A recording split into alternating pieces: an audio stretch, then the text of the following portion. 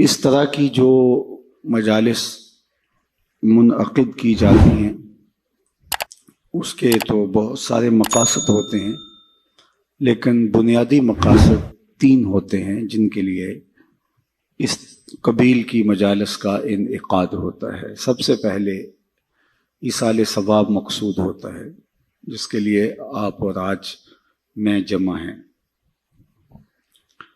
مرنے والوں کے لیے مغفرت کی دعائیں اور ان کے لیے اللہ کے حضور التجائیں، یہ ان کا حق ہوتا ہے۔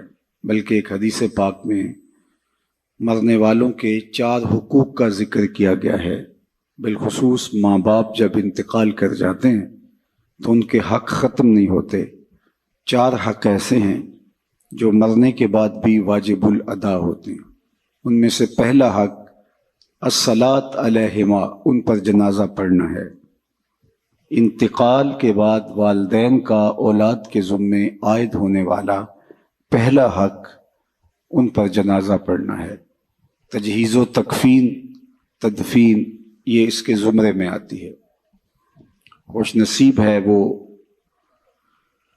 نصیب وہ اولاد ہے کہ جو اپنے ماں باپ کا جنازہ پڑھنے کی صلاحیت رکھتی ہے، اور خوش نصیب وہ والدین ہیں کہ جن کی اولادیں ان کا جنازہ باقاعدہ پڑھ سکتی ہیں۔ ورنہ کتنے لوگوں کو میں جانتا ہوں کہ جنہوں نے اپنے ماں باپ کا جنازہ نہیں پڑھا۔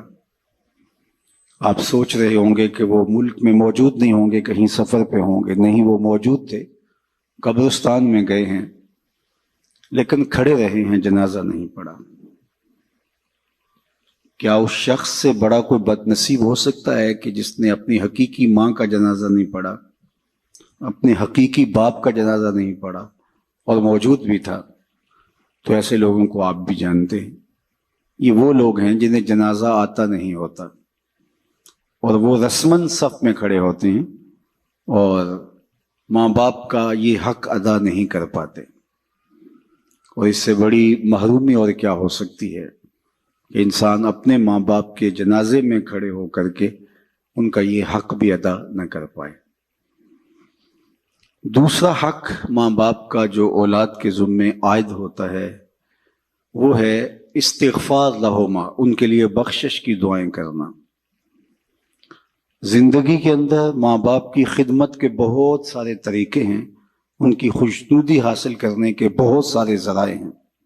آپ ان کے پاؤں دبا سکتے ہیں، انواع و اقسام کے پھل ان کو دے کر کے ان کی خوشنودی حاصل کر سکتے ہیں۔ ان کی خوشی کے جو بھی سامان ہیں آپ وہ کر سکتے ہیں۔ ان کے مزاج سے آشنائی کی وجہ سے آپ جانتے ہیں کہ یہ کن باتوں سے خوش ہو۔ لیکن جب انتقال کر جاتے ہیں تو پھر یہ سارے ذرائع ختم ہو جاتے ہیں۔ تو پھر ان کے لیے ان کی خوشنودی حاصل کرنے کے لیے دوسرا حق ماں باپ کا ان کے لیے استغفار کرنا ہے۔ اور مرنے والوں کو انتقال کے بعد سب سے زیادہ ضرورت دعاؤں کی ہوتی ہے۔ مل میت فی القبر الا کالغریق المتغوص فی البحر ینتظر دعوۃ۔ اللہ کے محبوب علیہ السلام نے ارشاد فرمایا، جب ہم کسی شخص کو قبر میں دفن کر کے واپس پلٹتے ہیں تو اس کی حالت ایسے ہوتی ہے جس طرح کوئی شخص پانی میں غوطے کھا رہا ہو اور فریاد کر رہا ہو۔ کل غریق المتغوص، 2 لفظ بیان فرمائے، ایک تو غرق ہونے والا، ڈوبنے کی کیفیت، اور دوسرا المتغوص، فریاد کرنے والا۔ اس آڑے اور مشکل وقت میں اپنے پسماندگان کی طرف سے اگر اسے کسی چیز کا انتظار ہوتا ہے، ینتظر دعوتاً، وہ دعا کا انتظار ہوتا ہے، کسی کے میرے لیے ہاتھ اٹھ جائیں اور میرے لیے کوئی دعا کر دے۔ تو اللہ بندوں کے اٹھے ہوئے ہاتھ خالی نہیں موڑتا۔ ان ربکم حیی کریم یستحیی من عبدہ اذا رفع یدیہ الیہ ان یردہما صفرا۔ تمہارا رب حیا کرنے والا کریم ہے، بندے جب اس کے سامنے ہاتھ پھیلا کے دعا مانگتے ہیں، اللہ فرماتا ہے مجھے شرم آتی ہے ان کے اٹھے ہوئے ہاتھ خالی کیسے موڑ دوں۔ بندوں کے اٹھے ہوئے ہاتھوں کی وہ لاج رکھتا ہے اور خالی نہیں موڑتا، چونکہ وہ کریم ہے۔ جتنے لوگ آپ بیٹھے ہیں، اتنے لوگ کسی دنیا دار کے ڈیرے پہ جا کے کوئی ایسی چیز طلب کریں جس کا دینا اس کے لیے مشکل نہ ہو اور دینے سے خاص فرق بھی نہ پڑتا ہو، تو مجھے بتائیں کہ اتنے لوگ اگر اٹھ کے کسی کے ڈیرے پہ چلے جائیں اور اس سے وہ چیز مانگیں جس کا دینا اس کے لیے آسان ہو، تو کیا وہ اتنے لوگوں کو خالی موڑ سکتا ہے؟ خاندانی شخص ہوگا تو وہ کہے گا ڈیرہ داری کی شان کے خلاف ہے کہ اتنے لوگ میری دہلیز پہ چل کے آگے ہیں اور مجھے کوئی خاص فرق بھی نہیں پڑتا ان کے مطالبہ کو پورا کرتے ہوئے، تو وہ ضرور اس مطالبہ کو پورا کرے گا۔ وہ کہے گا یہ ڈیرہ داری کی شان کے خلاف ہے کہ اتنے لوگوں کو خالی لٹا دوں۔ اللہ کہتا ہے یہ میری شان کے خلاف ہے کہ میرا بندہ جب میرے سامنے ہاتھ پھیلا کے دعا مانگتا ہے تو میں اس کو خالی لٹا دوں۔ ان ربکم حیی کریم یستحیی من عبدہ اذا رفع یدیہ الیہ ان یردہما صفرا، جب ہاتھ پھیلا کے وہ میرے حضور حاضر ہوتے ہیں اور میرے سے التجا کرتے ہیں تو اللہ فرماتا ہے کہ میں ان کو خالی نہیں موڑتا، چونکہ میں کریم ہوں اور مجھے خالی موڑتے ہوئے حیا آتی ہے، مجھے شرم آتی ہے کہ میں ان کو خالی موڑ دوں، چونکہ اگر میں نے بھی خالی موڑ دیا تو وہ اور تو کوئی در نہیں ہے جہاں جا کے وہ جھولی پھیلائیں گے اور جہاں جا کے وہ اپنے ہاتھ پھیلا کے دستے طلب دراز کر کے مانگیں گے۔ اگر میں نے بھی نہ دیا تو پھر وہ کس دہلیز پہ جائیں گے، کس در پہ جائیں گے؟ اور اگر کوئی خود مانگنے کے لیے تیار نہیں ہے تو اللہ تعالیٰ بے نیاز ہے۔ قل ما یعبأ بکم ربی لولا دعاؤکم، اے محبوب فرما دو اگر تم اسے نہیں پکارو گے تو وہ بھی پرواہ نہیں کرے گا۔ تمہاری ضرورت ہے، تم مانگتے رہو، جھولیاں پھیلاتے رہو، دستے طلب دراز کرتے رہو، وہ تمہاری جھولیاں بھرتا رہے گا۔ لیکن اگر تم متکبر ہو گئے، تم سرکش ہو گئے اور تم نے مانگنا چھوڑ دیا تو وہ اسے بھی پھر پرواہ نہیں، چونکہ وہ کریم بھی ہے اور وہ بے نیاز بھی ہے۔ تو تم اس سے دستے طلب دراز کر کے مانگو۔ پھر اللہ سے مانگنے کا کوئی وقت نہیں ہے، جب بھی مانگو در رحمت کو شادہ پاؤ گے۔ دنیا دار سے مانگنا ہو تو وقت دیکھنا پڑتا ہے، یہ تو سونے کا وقت ہے، اس وقت دستک دی تو الٹا طبیعت میں مزاج میں تلخی ہوگی، لیکن وہ مالک ہے لا تاخذہ سنۃ ولا نوم، نیند تو دور کی بات ہے، اسے تو اونگ بھی نہیں آتی ہے۔ تو دن کو جاؤ، رات کو جاؤ، دوپہر کے وقت در دستک پہ حاضری دو، رات کے پچھلے پہر اس کی دہلیز پہ جا کے دستک دو، جب بھی اسے پکارو گے وہ دینے پہ آمادہ ہے۔ دنیا دار سے مانگنا ہو تو اس کی زبان میں مانگا جاتا ہے، اللہ سے جس زبان میں مرضی مانگو، عربی میں مانگو، اجمی میں مانگو، ہندی میں مانگو، سندھی میں مانگو، اقبال کے لہجے میں مانگو، رومی کی طرز میں مانگو۔ نہیں مانگنا آتا خالی ہاتھ پھیلا دو، وہ بند لبوں کی بولیاں بھی جانتا ہے۔ مانگو تو صحیح، دستے طلب دراز تو کرو، ہاتھ تو پھیلاؤ۔ بت کے سامنے ہاتھ جوڑ کے زلیخا کہہ رہی تھی یا صنمی یا صنمی، اے میرے بت مجھے بچھڑا ہوا یوسف ملا دے۔ پتھر کا مادو بلا اس کی فریاد کیا سنتا، لیکن اس کا اعتقاد تھا، وہ سر شام بت کے آگے بیٹھ جاتی اور یوسف کے ملنے کی التجائیں کرتی، یا صنمی یا صنمی۔ عمر بیت گئی، نہ اس کا جذبہ کم پڑتا ہے اور نہ یوسف مل رہے ہیں۔ ایک دن رات کا پچھلا پہر تھا اور بت کے آگے ہاتھ جوڑے کھڑی تھی اور یا صنمی کا وظیفہ پڑھ رہی تھی کہ اچانک نیند کا جھٹکا آ گیا، زبان بل کھا گئی۔ یا صنمی پکارتے پکارتے کہنے لگی یا سمادی یا سمادی۔ آواز آئی جبریل یوسف کے گھوڑے کا رخ موڑ دے، بچھڑی ہوئی کو یوسف ملا دے۔ یا اللہ تجھے تو نہیں پکار رہی، یہ تو بت کو پکار رہی ہے، زبان بل کھا گئی ہے۔ یا صنمی کی بجائے یا سمادی کے لفظ زبان پہ آ گئے۔ کہا جبریل جیسے بھی اس کے لبوں پہ میرا نام تو آیا ہے، اگر میں نے بھی نہ دیا میرے اور بت میں فرق کیا ہوا؟ کوئی پکارے تو صحیح، کوئی دستے طلب دراز تو کرے، کوئی مانگے تو صحیح، ہاتھ تو پھیلائے اس کی چوکھٹ پہ۔ وہ کریم ہے، 70 پیار کرنے والا ہے، تو اگر اس کی دہلیز پہ مانگیں تو وہ بندوں کی طلب سے سوا دیتا ہے، ضرورت سے زیادہ عطا کرتا ہے۔ تو پہلا مقصد اس کے حضور بخشش و غفران طلب کرنا ہے، اللہ کے حضور عرض کرنا ہے کہ مالک غفران و رحمت کے پردوں میں ہماری ماں کو ڈھانپ لے۔ یہ پہلا مقصد ہے آج کے اس اجتماع کے انعقاد کا۔ اور یہ بات ذہن میں رکھیں، جس طرح ماں باپ کی دعائیں اولاد کے حق میں قبول ہوتی ہیں، اس طرح اولاد کی دعائیں بھی ماں باپ کے حق میں قبول ہوتی ہیں۔ جب ماں باپ کے لیے اولاد دعا مانگتی ہے تو وہ خلوص ہوتا ہے اس دعا کے اندر. میں نے کتب تصوف میں پڑھا اور ایک حدیث اس کی تائید میں بھی مل گئی. جس شخص نے روزانہ معمول بنا لیا کہ اپنے ماں باپ کے لیے اہتمام سے دعا کرتا ہے، ساری زندگی اس کے رزق میں بے برکتی نہیں آ سکتی. یہ آسان سا نسخہ ہے. ماں باپ زندہ ہیں تب بھی، ماں باپ انتقال کر گئے ہیں تب بھی. روزانہ ایک وقت متعین کر لیں اور خاص طور پہ ان کے لیے دعا کریں. ویسے تو جو صالح پاکیزہ اولاد ہوگی، 5 گانا نماز کی عادی اولاد ہوگی، وہ اہتمام سے نہ بھی کرے تو دن میں کتنی مرتبہ اللہ کے حضور عرض کرتی ہے ربنا اغفر لی ولوالدی، اللہ مجھے بھی بخش دے، میرے ماں باپ کی بھی مغفرت فرما دے. تو خوش نصیب ماں باپ کے لیے دعاؤں کے سلسلے ہوتے ہیں.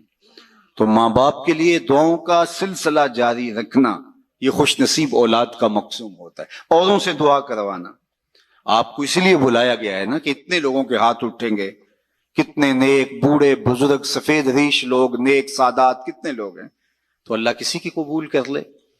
تو اوروں سے دعا کروانا. حضرت ابو ہریرہ رضی اللہ تعالیٰ عنہ کہا کرتے تھے اللہم اغفر لابی ہریرہ ولأمی ولمن استغفر لہما، اے اللہ ابو ہریرہ کو بخش دے، ابو ہریرہ کی ماں کو بخش دے، اور جو ہم دونوں کے لیے بخشش کی دعا کرے اسے بھی بخش دے. حضرت محمد بن سیرین جلیل القدر تابعی ہیں، وہ جب بھی کبھی زندگی میں دعا مانگتے تھے تو یہ دعا ضرور ساتھ مانگتے، اللہ ابو ہریرہ اور ان کی ماں کی مغفرت فرما. تو کسی نے ان کو کہا کہ آپ کو کوئی خاص ہمدردی ہے، کوئی تعلق خاص ہے ان کے ساتھ؟ تو فرمایا کہ ہاں وہ تو سب کو ہی ہے، لیکن میں اصل ان کی دعا کا خود مصداق بننا چاہتا ہوں. چونکہ انہوں نے کہا تھا اے اللہ ابو ہریرہ کو بخش دے، ابو ہریرہ کی ماں کو بخش دے، اور جو ہم دونوں کے لیے بخشش کی دعا کرے اس کو بھی بخش دے. تو میں ان کے لیے دعا کر کے اپنی بخشش کا سامان کر رہا. تو اپنے ماں باپ کے لیے دعاؤں کے سلسلے کو کبھی بھی ٹوٹنے نہیں دینا چاہیے. والدین کے لیے کثرت سے دعا، اللہ اکبر، یہ اپنے باطن کی بہتری کا ذریعہ بنتی ہے اور رزق میں اضافے کا سبب بنتی ہے. اور خوش نصیب اولاد ماں باپ کے لیے دعا کو کبھی بھی ترک نہیں کرتے اور لوگوں سے بھی کہتے ہیں کہ میرے ماں باپ کے لیے مغفرت کی دعا کریں. حضرت ابو ہریرہ فرمایا کرتے تھے کوئی ہے جو مسجد اشار میں 2 رکعت پڑھے اور میری ماں کی مغفرت کی دعا کرے. تو غفران و بخشش کی دعاؤں کا سلسلہ یہ پہلا مقصد ہے آج کے اس اجتماع کا اور اس قبیل کے منعقدہ اجتماعات کا. دوسرا مقصد پسماندگان سے اظہار تعزیت کرنا ہے. گھر بیٹھے بھی ہم دعا کر سکتے تھے، لیکن یہاں آ کے دعا کرنے کا مقصد مرحوم کے یا مرحومہ کے پسماندگان سے اظہار محبت ہے، جس کے لیے ہم یہاں آتے ہیں اور دعا کرتے ہیں. اور یہ حضور کے عمل سے، سنت سے ثابت ہے کہ حضور مائز ابن مالک اسلمی کے گھر گئے ہیں جب ان کا انتقال ہوا، اور آقا کریم نے جا کر کے کہا استغفروا لمائز، مائز کے لیے بخشش کی دعا کرو. حالانکہ جب ان کا جنازہ اٹھا تو وہ ایک سلسلے میں مؤخوذ ہوئے، پھر حد جاری کی گئی. تو آقا کریم نے فرمایا تھا کہ میرے مائز نے ایسی سچی توبہ کی ہے اگر روئے زمین کے تمام لوگوں میں تقسیم کر دی جائے اہل ایمان میں، لکفاہم، سب کی مغفرت ہو جائے. یعنی ان کی توبہ کو اوروں میں بانٹا جائے تو وہ بھی بخشے جائیں. تو ان کے گھر حضور آ کے پھر دعا کیوں کرتے ہیں جبکہ حضور فرما چکے ہیں، اور یہ بھی فرمایا کہ وہ جنت کی نہروں میں غوطے لے رہا ہے، جنت کی نہروں کے اندر وہ کلکاریاں لے رہا ہے، جنت کی نہروں میں نہا رہا ہے.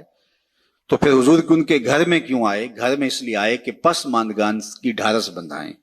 اور جس گھر میں حضور آئے ہوں گے وہاں کوئی دکھ رہا ہوگا.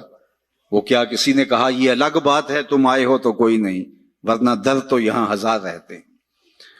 تیسرا مقصد جو ہے وہ ہمارا دوسرا مقصد پسماندگان کے ساتھ تعلق کو نبھانا ہے. یعنی یہ تینوں مقاصد جو چیدہ چیدہ میں نے عرض کیے، تینوں مقاصد 3 اشخاص سے جڑے ہیں. پہلا مرنے والے کی ذات سے، دوسرا پسماندگان سے، اور تیسرا ہمارے اپنے وجود سے. مرنے والے کے لیے دعا، اور ہماری دعاؤں کی انہیں ضرورت ہے. اگر وہ اللہ کے کرم سے، اللہ کے فضل سے اللہ نے ان کو غفران و رحمت کے پردوں میں ڈھانپ لیا تو درجے بلند ہوتے ہیں دعاؤں سے. اور دوسرا مقصد پسماندگان سے تعزیت. ظاہر ہے ماں ایک ایسا رشتہ ہے کہ جس کا نعم البدل کیا بدل بھی موجود نہیں ہے. انسان زندگی کے جس مرحلے میں بھی چلا جائے ماں کی کمی کو شدت کے ساتھ محسوس کرتا ہے. ابھی ہم اندر بیٹھے تھے تو یہاں سے کوئی شعر پڑھ رہا تھا تو آواز جا رہی تھی کہ ماں کی وفائیں جب حضور یاد کر کے رو پڑتے ہیں تو پھر ہم اپنی ماں کے لیے اپنے دل کے اندر کیا جذبات. کچھ اس مفہوم کا شعر تھا اور وہ ایک باقاعدہ واقعہ موجود ہے. اللہ کے محبوب علیہ السلام باقاعدہ اپنی ماں کو یاد کرتے ہیں. الحاویل الفتاوی کے اندر امام سیوطی نے بڑی تفصیلی کہانی لکھی ہے کہ ایک دن حضور مکے سے ہجرت فرما کے جب مدینہ تشریف لائے تو ایک دن مسجد نبوی میں نماز پڑھانے کے لیے اللہ کے محبوب تشریف لے گئے. عشاء کی نماز کا وقت تھا تو ہجوم عاشقاں جو ہی حضور حجرہ نور سے باہر نکلے تو ادب سے صحابہ کھڑے ہو گئے. بس یہ لمحے حضور علیہ السلام کی آنکھوں کے سامنے آئے تو آنکھیں چھلکنے لگی اور پھر حضور علیہ السلام نے ایک ٹھنڈی آہ بھری اور ایک جملہ ارشاد کیا، لو ادرکت والدی او احدہما، کاش آج میرے ماں باپ زندہ ہوتے یا کم از کم میری ماں ہی زندہ ہوتی. انسان نے مشکل وقت دیکھا ہو، بعد میں خوشحالیاں آ جائے یا اور زیادہ خوشحالیاں اللہ عطا کر دے تو انسان آرزو کرتا ہے. آج تو اس دنیا میں یہ نفسی نفسی کی دنیا ہے، اس میں تو وہ کہتے ہیں قیامت کے اندر ہوگا نفسی نفسی کا عالم، تو یہ تو قیامت سے قبل ہی عالم ہو گیا ہے. تو آج تو کسی کی عزت پر لوگ آتش غیظ و غضب اور آتش حسد میں جلنے لگ جاتے ہیں. تو ایک ماں ایسا رشتہ رہ گیا ہے جس کو قلبی فرحت اور مسرت ہوتی ہے. اب آقا کریم علیہ السلام کا معاملہ آپ جانتے ہیں کہ پیدا ہونے سے قبل باپ کا انتقال ہو گیا. 6 سال کی عمر تھی کہ اپنی والدہ کے ہمراہ حضور مدینہ المنورہ میں پہنچے حضرت عبداللہ کی قبر کی زیارت کے لیے. جب واپس پلٹے تو بوا کے مقام پر حضرت آمنہ سلام اللہ علیہا کو سخت بخار ہو گیا. انہیں لگا کہ یہ میرا بخار جان لیوا ثابت ہوگا تو انہوں نے حضور علیہ الصلوۃ والسلام کے سر پہ ہاتھ رکھا اور حضور سے کچھ کہنا چاہ رہی تھی آخری بات، لیکن وہ ضبط کے بندھن ٹوٹ گئے اور چھم چھم آنسو آنکھوں سے ٹپکنے لگے. تو حضرت آمنہ نے جو جملے کہے علماء نے سیرت کی کتابوں میں موجود ہے. سیرت کی سب سے پہلی کتاب جو ہے وہ ابن حشام کے اندر یہ لفظ موجود ہیں کہ حضرت آمنہ بمشکل چند جملے ادا کر پائیں. وہ یہ تھے کہ بیٹا ہر نئی چیز سے پرانا ہو جانا ہے، ہر باقی نے فنا ہو جانا ہے، میں بھی جا رہی ہوں. وہ ذکر باق و ولد تو توہرا، لیکن میرا ذکر نہیں مٹے گا اس لیے کہ تیرے جیسا ستھرا بیٹا چھوڑ کے جا رہی ہوں. جن ماؤں کے بیٹے اچھے ہوں ان کا تذکرہ مٹا نہیں کرتا، ان کی یادیں ختم نہیں ہوتی. یہ آخری لفظ تھے سیدہ آمنہ کے کہ ان کی سانس ٹوٹ گئی اور انتقال ہو گیا. حضور اپنی ماں سے لپٹ گئے اور بار بار کہتے تھے امی آپ آگے بولتی نہیں، لیکن خاموش ہو گیا تھا چمن بولتا. پھر ماں کی وہیں تدفین کی. ابوا کی ریت کے چھوٹے چھوٹے جو ہے وہ ٹکڑے پتھروں کے ماں کی قبر پہ رکھے اور ہو بھی کیا سکتا تھا. وہ کیا کسی نے کہا تجھے کن پھولوں میں ہم کفن دیں، تو جدا ہی ایسے موسموں میں ہوا جب درختوں کے ہاتھ پھولوں سے خالی تھے. ماں کی تدفین کے بعد ام ایمن کے ساتھ حضور لپٹ کے بیٹھ گئے اور حضرت عبد المطلب کے پاس انہوں نے آ کے خبر دی کہ آپ کی بہو انتقال کر گئی راستے میں اور ابوا میں ہم نے تدفین کر دی. ابن حشام نے لکھا ہے کہ حضور کو آغوش میں سمیٹ کر حضرت عبد المطلب بہت روئے اور ام ایمن سے ہی کہا کہ میرے بیٹے کا تم نے بہت خیال رکھنا ہے. اور آقا کریم علیہ الصلوۃ والسلام کی ذمہ داریوں کو جس طرح پھر وہ نبھاتے رہے وہ تاریخ کا ایک انوکھا باب ہے. اور حضرت ام ایمن نے جس طرح ڈیوٹی سر انجام دی، حضور علیہ السلام فرمایا کرتے تھے ام ایمن میری ماں کے بعد میری ماں ہے. پھر حضرت عبد المطلب کا بھی انتقال ہو گیا 2 سال کے بعد. اس وقت حضور علیہ السلام کی عمر 8 برس تھی. سیرت کی کتابوں میں یہ واقعہ موجود ہے کہ جب امیر قریش حضرت عبد المطلب کا جنازہ اٹھا پورا مکہ امڈ آیا، لیکن 8 سال کے بچے کو دیواروں سے لپٹ لپٹ کے لوگوں نے روتے ہوئے دیکھا. پھر چچا کی کفالت، پھر وہ وقت بھی گزرا. مکے کے بازار، طائف کی گلیاں، کھدے ہوئے گڑھے، ڈالی جانے والی اجریاں، آلام، تکلیفیں، کفار کی طرف سے ریشہ دوانیاں، جبر، ظلم اور استبداد کی لمبی داستانیں. اللہ کا حکم ہوتا ہے کہ آپ ہجرت کر کے مدینے آ جائیں. تو حضور علیہ السلام مدینے چلے گئے تو آج حالات بدل گئے. حضور جو ہی حجرہ انور سے باہر نکلے صحابہ دب سے کھڑے ہو گئے. وہ وقت بیت گیا جب لوگ پتھر مارتے تھے، اب صحابہ پلکیں بچھاتے ہیں. وہ وقت گزر گیا جب لوگ آوازیں کستے تھے. صحابہ صفوں میں ہاتھ باندھے منتظر ہیں، اور جو ہی حجرہ انور سے حضور نکلے تو ادب سے استادہ ہو جاتے ہیں. تو آقا کریم کی نظر پلٹ کے ابواب میں چلی گئی اور مکے کی گلیوں میں ہونے والے ظلم و جبر کو حضور علیہ السلام نے تصور میں لا کر کے کہا، لو ادرکت والدیہ او احدہما، کاش آج میرے ماں باپ زندہ ہوتے، یا کم از کم میری ماں ہی زندہ ہوتی. وَأَنَا أُصَلِّي صَلَاةَ الْعِشَاء، اور میں لوگوں کو نماز عشاء پڑھا رہا ہوتا. وَأَقْرَأُ فِيهَا بِفَاتِحَةِ الْكِتَابِ، اور اس میں سورہ فاتحہ کی تلاوت چل رہی ہوتی. پھر میری ماں کو میرے ساتھ کوئی کام یاد آ جاتا، وہ دروازے پر آتی، چلمن سرکاتی اور میٹھی آواز میں مجھے بیٹا محمد کہہ کے آواز دیتی. فرمایا لوگوں میں اپنی نماز چھوڑ کے ماں کی بات سن لیتا. ماں کی کمی کو انسان ہر دور میں ہر لمحے میں محسوس کرتا ہے، چونکہ یہ رشتہ ہی ایسا ہے جس کا نعم البدل کیا بدل بھی موجود نہیں ہے. ماں جب بولتی ہے تو اس کے لہجے میں جبریل بولتا ہے. ماں جب مسکراتی ہے تو لگتا ہے جنت کے سارے پھول کھل اٹھے. ماں کو اللہ نے وہ درد، وہ درک، وہ محبت، وہ پیار اور وہ تڑپتی ہوئی بےتاب ممتا دی ہے کہ جس کی کوئی مثال ہی نہیں ہے. ایک شاعر ہوا تابش، اس نے ماں کے پیار کو کتنے خوبصورت پیرائے میں بیان کیا. ایک مدت سے میری ماں نہیں سوئی تابش، میں نے ایک بار کہا تھا مجھے ڈر لگتا ہے. کہا بچپن میں میرے منہ سے نکلا تھا امی مجھے رات کو ڈر لگتا ہے. کہتا ہے بوڑھا ہو گیا ہوں لیکن میری ماں اب بھی میرے بستر پہ پھونکے مار کے سوتی ہے کہ میرے بیٹے کو کہیں ڈر نہ لگ رہا ہو. اللہ اکبر.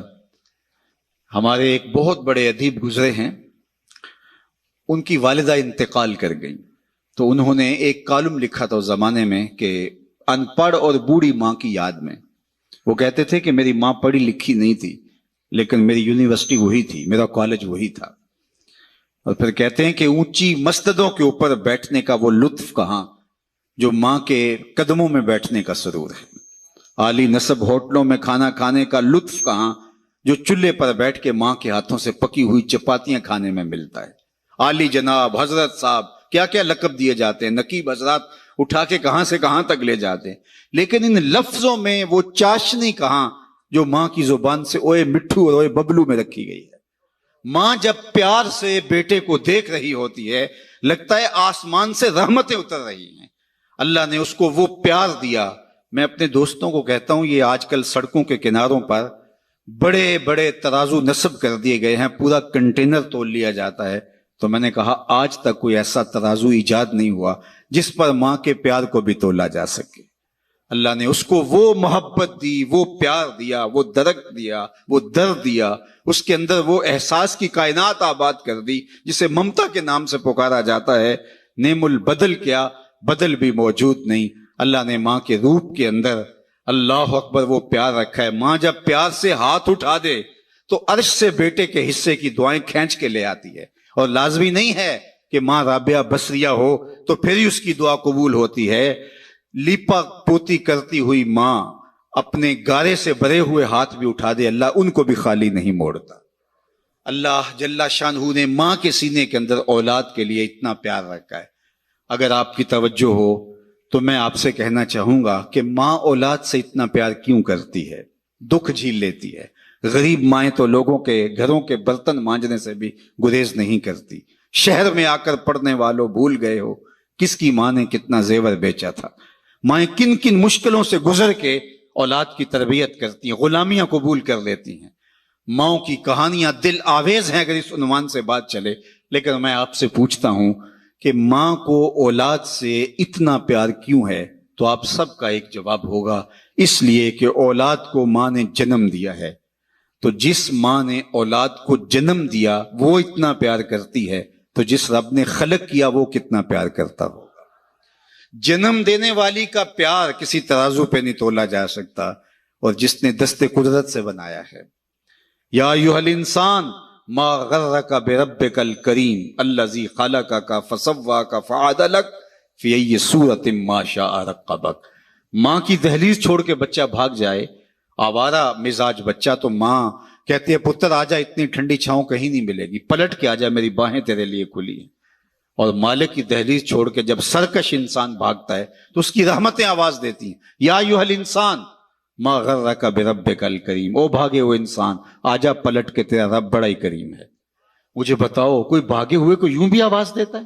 کبھی مجرم کا پولیس کو تعاقب کرتے آپ نے دیکھا ہوگا، سخت گیر استاد کو بدتمیز طالب علم کے پیچھے دوڑتے دیکھا ہوگا، لیکن یہاں پیار کا انوکھا اسلوب ہے، دل آویز کہانی ہے، جو سرکش ہے، باغی ہے، متمرد ہے، مالک کی دہلیز چھوڑ کے بھاگ رہا ہے، اس کو مالک کی رحمتیں آواز دے رہی ہیں، یا ایھا الانسان ما غرک بربک الکریم، آجا پلٹ کے، تیرا رب بڑا ہی کریم ہے۔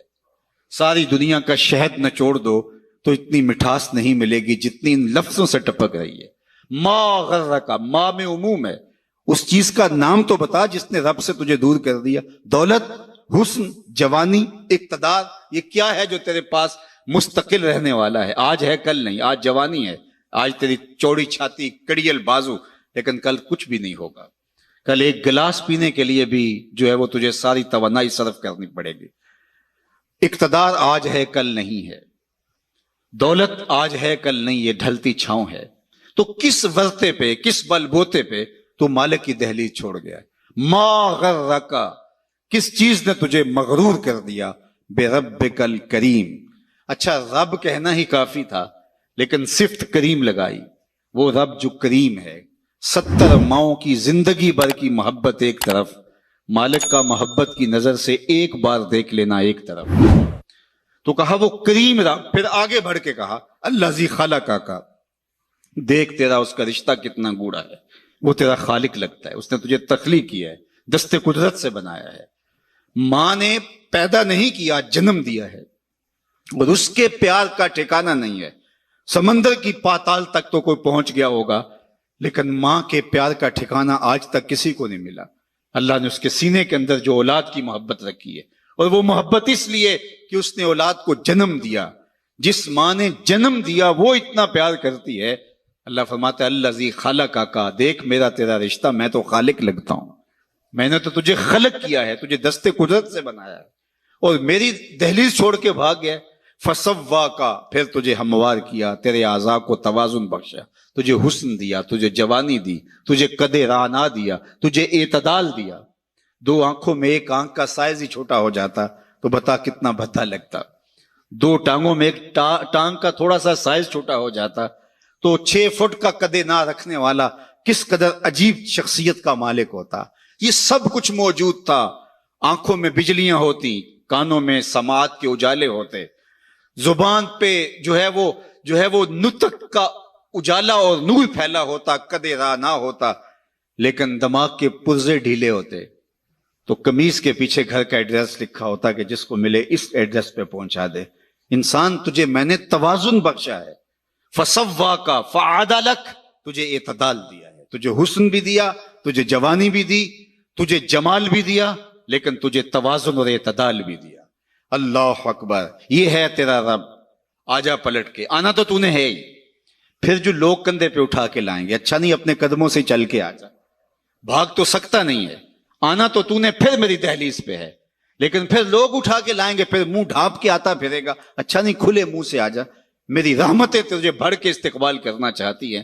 میرا بندہ میری طرف ایک بالشت آتا ہے تو فرمایا کہ میں اس کی طرف 1 ذرا آتا ہوں، 1 گز آتا ہوں، اور اگر میرا بندہ میری طرف 1 قدم آتا ہے میں 70 قدم آتا ہوں، اور اگر میرا بندہ میری طرف چل کے آتا ہے اتیتہ ہر والا، میری رحمتیں دوڑ کے استقبال کرتی ہیں اس کو۔ آج آجا، کل تو نے آنا ہی آنا ہے، کل لوگ اٹھا کے لائیں گے، بہتر اپنے قدموں سے خود چل کے آجا۔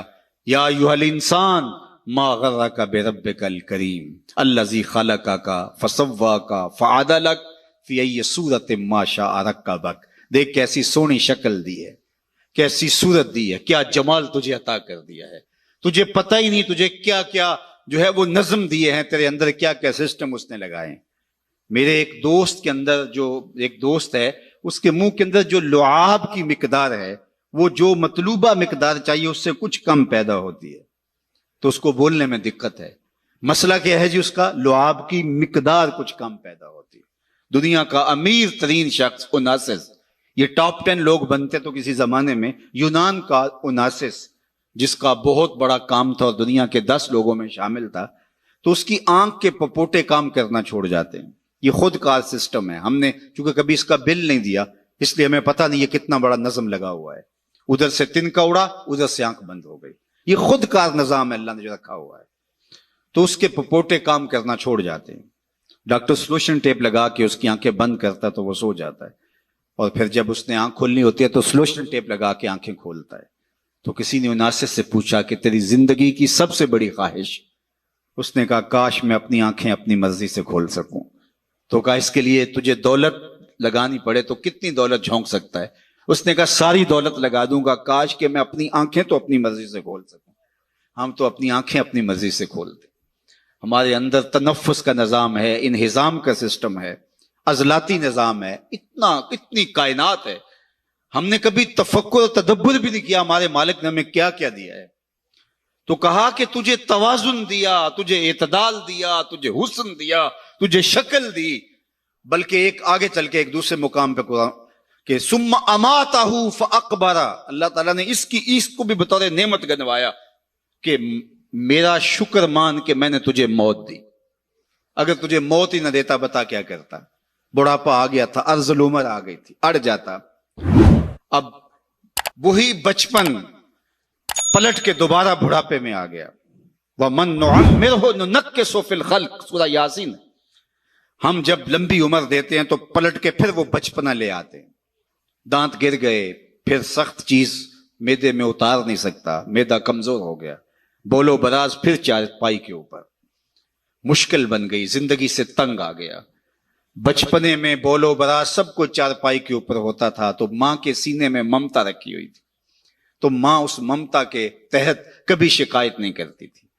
بیٹا معذور بھی ہو تو ماں کی زبان سے کبھی نہیں سنیں گے کہ اللہ میرے بیٹے کو پردہ دے دے، اور نہ ماں کے سامنے یہ بولنے کی کوئی جرت کر سکتا ہے۔ لیکن جب والدین بوڑھے ہو جاتے ہیں اور ڈاکٹر بھی جواب دے دیتے ہیں اور چارپائی پہ بولو براز مشقت بن جاتی ہے، تو اولاد پھر یہ تو ضرور کہتی ہے کہ دعا کرو اللہ ماں باپ کو پردہ دے دے، لیکن ماں باپ نے کبھی پردہ نہیں مانگا تھا اولاد کے لیے، چاہے جتنی بھی اذیت میں ہو۔ اللہ اکبر، وہ مشکل وقت آ گئی، یہ ارذل عمر ہے۔ پھر پلٹ کے بچپنا آ گیا، ایک گلاس پانی کے مانگنے کے لیے پوری توانائیاں صرف کرنی پڑتی ہیں، پھر آواز نکلتی ہے، پھر آنکھیں انتظار کرتی ہیں کوئی 2 گھونٹ پانی لے آئے، پھر وہ پانی پیش کرتا ہے، تو پھر پوری ہمت لگا کے اس پانی کو جو ہے وہ حلق سے نیچے اتارنا پڑتا ہے، کتنی مرتبہ سانسیں لینی پڑتی ہیں۔ اب گھر والے تنگ آ گئے، بابے کو اندر سے باہر برآمدے میں ڈال دیا کہ بچہ بابا کھانستا ہے اور بچے ڈسٹرب ہوتے ہیں، امتحان سر پہ ہیں، نوکر مقرر کر دیا۔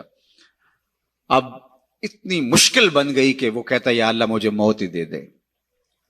اللہ فرماتا ہے ثم اماتہ، ہمارا شکر مان کے ہم نے تجھے موت دی، اگر اس مرحلے میں ہم تجھے موت بھی نہ دیتے بتا کیا کرتا؟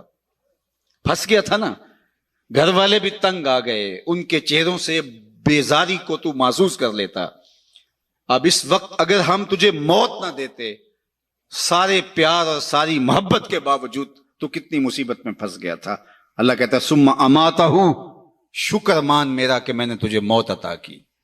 پھر آگے کیا فرمایا؟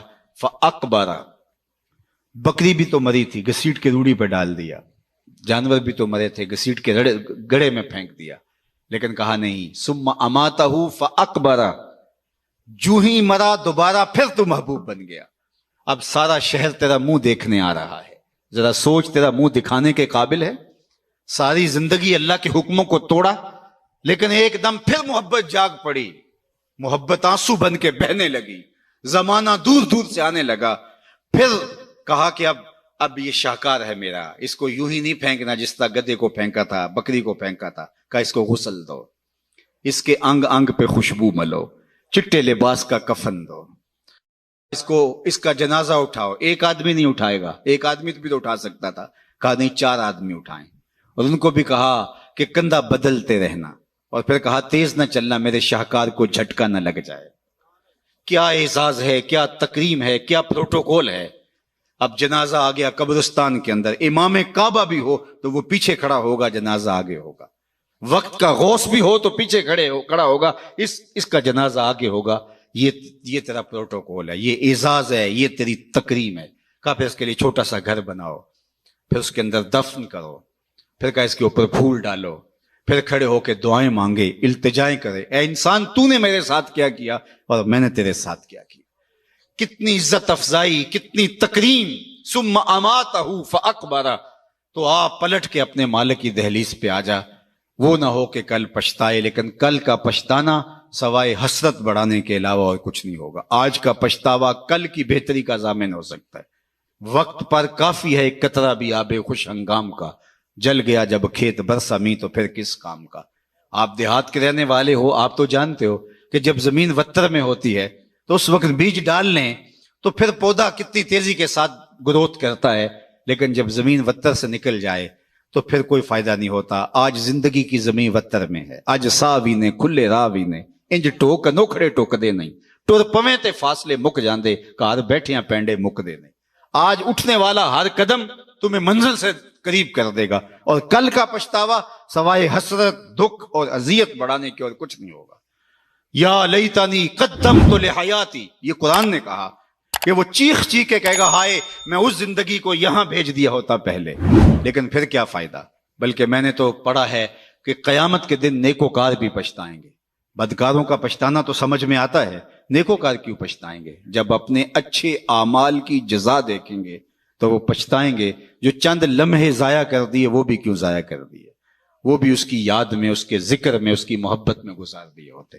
تو آج وقت ہے، آج فرصت ہے، آج لے ان کی پناہ، آج مدد مانگ ان سے، کل قیامت کو نہ مانیں گے اگر مان گیا۔ اس دن تو ہر کوئی مانے گا، لیکن آج کا پچھتاوا کل کی بہتری کا ضامن ہو سکتا ہے۔ وہ ایک فقیر تھا، بازار میں کھڑا رو رہا تھا، تو ایک آدمی نے گزرتے روک کر کے کہا کسی نے مارا ہے بابا؟ میں پوچھ لیتا ہوں۔ کہا نہیں کوئی ایسی بات نہیں، تو کیوں رو رہے ہو؟ اس نے کہا بس ان کے رویے نے رلا دیا۔ کیا مطلب؟ کہا گزر رہا تھا، ان کو دنیا میں کھوئے ہوئے دیکھا تو میرے دل میں خیال آیا کہ ان بندوں کی رب کی صلح نہ کروا دوں۔ تو اس نے حیرت سے پوچھا پھر کیا ہوا؟ کہا میں نے اس سے بات کی، اس نے کہا لے آ میری تہلیز پہ، میری چوکھٹ پہ، ایک آنسو سے سارے گناہ دھو ڈالوں گا۔ میں بڑا خوش ہوا، میں ان سے بات کی، یہ الٹا میرا مذاق اڑا۔ جا بابا کام کر، کہاں سے آ گیا ہے تجھے کیا پتا یہ دنیا اور دنیا داری اور دنیا کے معاملے، یہ کاروبار حیات، جا موج کر۔ وہ تو مان گیا تھا، یہی نہیں مانے۔ 2 4 5 دن گزرے تو وہی شخص دوبارہ گزرا تو قبرستان میں وہی بابا کھڑا رو رہا تھا۔ تو وہ پھر رکا، کہا کہ بابا بازاروں میں بھی روتا ہے، قبرستانوں میں بھی روتا ہے، آج کیا ماجرا ہوا؟ کہا ان سے مایوس ہو گیا تھا تو آج میں ادھر آ گیا، تو میں نے سوچا ان کی قبرستان والوں کی رب کی صلح کروا دوں۔ تو اس نے کہا کہ جو ہے پھر کیا ہوا؟ اس نے کہا میں ان سے بات کی، انہوں نے کہا ہم تیار ہیں، لیکن اس سے بات کی تو وہ نہیں مانا۔ آج وہ مان رہا ہے اور کل وہ نہیں مانے گا۔ آج لے ان کی پناہ، آج مدد مانگ ان سے، کل قیامت کو نہ مانیں گے اگر مان گیا۔ آج کا پچھتاوا کل کی بہتری کا ضامن بن سکتا ہے۔ یہ تھوڑی زندگی ہے، یہ ٹوٹ کے بکھر جانے والا خواب ہے، کچھ نہیں ہے اس دنیا کی حقیقت۔ چیز دنیا ہے کیا؟ از خدا غافل بدن، یہ خدا سے غافل ہونے کا نام ہے۔ اللہ کی غفلت موت ہے۔ اپنے آپ کو اللہ کی دہلیز پہ رکھو، پھر یہ دنیا نہیں ہے۔ تمہارا کمائی کر کے لا کے بیوی کے منہ میں لقمہ رکھنا بھی دین کہلائے گا۔ بس اپنے دل کے قبلے کو درست کرنا ہے۔ یہ تھوڑا وقت ہے، زندگی ٹوٹ رہی ہے، ہم سمجھتے ہیں ہم بڑے ہو رہے ہیں، لیکن حقیقت میں ہم چھوٹے ہو رہے ہیں۔ جو قرآن نے کہا ان الانسان لفی خسر، بے شک انسان خسارے میں ہے۔ تو ایک بزرگ تھے، فرماتے مجھے سمجھ نہیں آتی تھی انسان خسارے میں کیسے ہے۔ میں سمرقند کے بازار سے گزر رہا تھا اور ایک آدمی پھٹے کے اوپر رکھ کے برف بیچ رہا تھا اور ساتھ آواز لگا رہا تھا۔ آج کل تو یہ پاپڑ بیچنے والے بھی آواز لگاتے ہیں، تو وہ پھٹے کے اوپر برف رکھ کے بیچ رہا تھا اور آواز لگا رہا تھا، اور آواز کیا تھی؟ ارحمو ارحمو علی من یذوب راس مالہ، او گزرنے والو میرے پہ ترس کھاؤ، میں ایسا تاجر ہوں جس کا راس المال پگھلتا جا رہا ہے۔ چونکہ برف ایک ایسا سودا ہے جو گاہک کا انتظار نہیں کرتا۔ آپ کوئی اور چیز بیچتے ہیں، کپڑا بیچتے ہیں، ہو سکتا ہے کل 2 آنے مہنگا ہو جائے۔ آپ پیٹرول بیچتے ہیں، آج نہیں بکری ہوئی، کل ہو سکتا ہے پڑا 10 روپے اوپر چلا جائے، آپ کروڑوں کے فائدے میں چلے جائیں، لیکن برف اگر مہنگی بھی ہو گئی تو کل برف ہی نہیں ہوگی۔ تو وہ پھٹے کے اوپر رکھ کے برف بیچ رہا تھا اور ساتھ آوازیں دے رہا تھا، ارحمو ارحمو الا من یذوب راس مالہ، آؤ میرے پہ ترس کھاؤ، مجھ سے برف کا ایک ایک ٹکڑا لیتے جاؤ، میں ایسا تاجر ہوں جس کا راس المال پگھلتا جا رہا ہے۔ تو وہ کہتے ہیں میرے قدم رک گئے، اور میں نے اس کو کہا مجھے ان الانسان لفی خسر کا ترجمہ سمجھ میں آ گیا، جس طرح تیری برف پگھلتی جا رہی ہے میری زندگی پگھلتی جا رہی ہے، تیری برف قطرہ قطرہ پگھل رہی ہے اور میری زندگی سانس سانس پگھل رہی ہے، اور اگر تو اس برف کو ابھی بیچ لے اور اس کے بدلے میں درہم دینار غلہ پارچہ جات کچھ لے لے تو تجھے 4 آنے بچ جائیں گے، اور میں ان سانسوں کے بدلے درود پڑھ لوں، ان سانسوں کے بدلے قیام کر لوں، کسی دکھی کے سر پہ ہاتھ رکھ دوں، کسی ضرورت مند کے کام آ جاؤں، سجدہ کر لوں ان سانسوں کے بدلے، تو یہ میری سانسیں کام آ جائیں گی، ورنہ تو سو کے بھی گزر جائیں گی، آوارگی میں بھی گزر جائیں گی۔ تو یہ سانسوں کی گنتی، سید علی المرتضیٰ رضی اللہ تعالیٰ عنہ فرماتے ہیں یہ موت کی طرف اٹھتے ہوئے قدم ہے تمہارے سانس۔ کبھی آپ اشارے پہ رکے ہوں تو وہاں گنتی الٹی چل رہی ہوتی ہے، 60 سے 50 سے 20 سے نیچے آ رہی ہوتی ہے، گنتی جب الٹی چلتی ہے تو بہت جلد 0 پہ آ جاتی ہے، اور جب 0 پہ آ جاتی ہے تو پھر رکا نہیں جاتا۔ اللہ اکبر، یہ 60 سے 70 سے 50 سے یہ ماہ و سال کی گنتی الٹی چل رہی ہے، ہم سمجھتے ہیں ہم بڑے ہو رہے ہیں لیکن چھوٹے ہو رہے ہیں، اور جب 0 پہ آئے تو اسی کا نام تو موت ہے، پھر کوئی روک نہیں پائے گا، کوئی طاقت نہیں ہے کہ اس کو روک سکے۔ تم بروج مشیدہ مضبوط قلعوں میں بھی چلے جاؤ تو وہاں بھی تمہیں موت اچک لے گی آ کے، اس سے رستگارا نہیں، اس سے چھٹکارا نہیں۔ اقبال نے کہا تھا موت ہے ہنگامہ آرا کلزم خاموش میں، ڈوب جاتے ہیں سفینے موج کی آغوش میں۔ موت تمہیں پکڑ لیتی ہے، موت تمہیں مضبوط جو ہے وہ قلعوں کے اندر بھی اچک کے لے جاتی ہے۔ ایک مفکر نے کہا تھا کہ اگر موت سے چھٹکارا ممکن ہوتا تو میں اپنی ماں کو نہ مرنے دیتا، میں جو ہے وہ اپنی ماں کو نہ مرنے دیتا، میرا سب سے بڑا جو ہے وہ عظیم رشتہ تھا اگر موت سے بچانا کسی کو ممکن ہوتا، لیکن موت جو ہے وہ بہنوں سے بھائی اٹھا کے لے جاتی ہے، موت بھائیوں سے بہنیں اٹھا کے لے دیتی، ماں باپ سے ان کے لال چھین لیتی ہیں اور اولادوں سے ماں باپ چھین لیتی ہے۔ تو موت سے تو چھٹکارا نہیں ہے، موت سے تو بھاگ نہیں سکتے، فرار اختیار نہیں کر سکتے، تو پھر آئیے زندگی ایسے گزاریں کہ مرنے کے بعد بھی ایک خوشگوار زندگی ہمارا استقبال کرے۔ پھر موت تحفۃ المومن بن جاتی ہے، جو اللہ کے محبوب نے فرمایا تحفۃ المومن الموت، پھر موت ایک بھیانک منظر نہیں رہتا، موت پھر مومن کے لیے تحفہ بن جاتی ہے۔ بلال حبشی رضی اللہ تعالیٰ عنہ کا آخری وقت آتا ہے تو ان کی زوجہ سراہنے بیٹھی اور سانس ٹوٹنے لگتی ہے تو وہ کہتے ہیں واہ حزن نہ ہو، ہائے افسوس میرا شوہر مجھ سے جدا ہو رہا ہے۔ تو بلال حبشی کی بھی سانسیں باقی تھی، آپ نے پلٹ کے کہا کیا بول رہی ہے؟ کہا آپ جدا ہو رہے ہیں تو یہ کہنا بنتا ہے میرا۔ کہا یہ نہ کہو بلکہ کہو وا تربا ہو غدن القا محمدن و اصحابہ، کہو مبارک ہو میں تو اپنے آقا محمد عربی سے ملنے کے لیے جا رہا ہوں۔ پھر موت تحفہ بن جاتی ہے۔ حضرت ابراہیم علیہ السلام کے پاس جب اللہ کا پیغام اسرائیل لے کر آتا ہے کہ میں روح قبض کرنے کے لیے آیا ہوں، تو حضرت اسرائیل کہتے ہیں عجیب بات ہے، رب مجھے اپنا خلیل بھی کہتا ہے، اور کبھی ایسا ہوا ہے کہ کوئی یار بھی یار کی موت چاہے؟ وہ مجھے اپنا خلیل کہتے ہیں گوڑے یار کو، وہ مجھے خلیل کہتا ہے اور پھر تجھے بھیج دیا قبض روح کے لیے، کوئی یار بھی یار کی موت چاہتا ہے؟ کہا میں تو حکم کا پابند ہوں۔ واپس گئے اور کہا مالک تیرے خلیل کا تیرے نام یہ پیغام ہے۔ تو کہا پھر جا اور میرے خلیل کو جا کے میرا سلام دے، اور ساتھ کہنا کبھی ایسا بھی ہوا ہے یار یار کو بلائے اور یار ملنے نہ آئے؟ تو روح بے چین ہو گئی، کہا دیر نہ کر، جلدی جلدی قبض کر لے۔ تو جب زندگی اس کی منشا کے مطابق گزاری ہوگی پھر موت بھیانک منظر نامہ نہیں ہوگا۔ اللہم بالرفیق الاعلی، یہ میرے حضور کے آخری لفظ ہے۔ اللہ اکبر، اختیار دیا جاتا ہے تو کہتے ہیں مالک میں تیرے حضور آنا چاہتا ہوں۔ تو پھر یہ جہاں بھی پھر وہ جہاں بھی بندہ مومن کا ہوتا ہے، ورنہ یہ جہاں بھی قید خانہ اور وہ جہاں بھی اذیتوں سے بھرا ہوا۔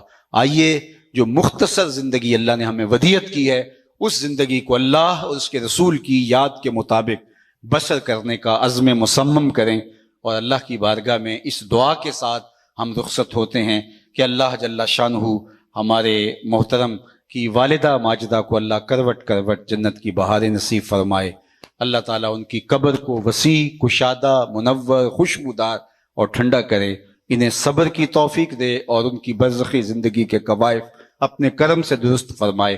آپ جتنے لوگ تشریف لائے ہیں اللہ آپ سب کے والدین کو اپنی خاص امان میں رکھے، جن کے والدین انتقال کر گئے ہیں، اللہ تعالیٰ ان کی قبروں کو وسیع کشادہ، منور، خوشبودار رکھے۔ اور میں بارگاہ عزتی میں یہ بھی عرض کرنا چاہتا ہوں کہ مالک میرے وطن کی خیر فرمانا، میرے ملک کو معیشت کا جمال اور معاشرت کا حسن عطا کر دینا، صالح، نیک، پاکیزہ اور اہل قیادت اس ملک کا مقسوم کر دینا، اور عالم اسلام کو خیر و برکت کی راہوں کا مسافر رکھنا۔ وآخر دعوانا ان الحمد للہ رب العالمین۔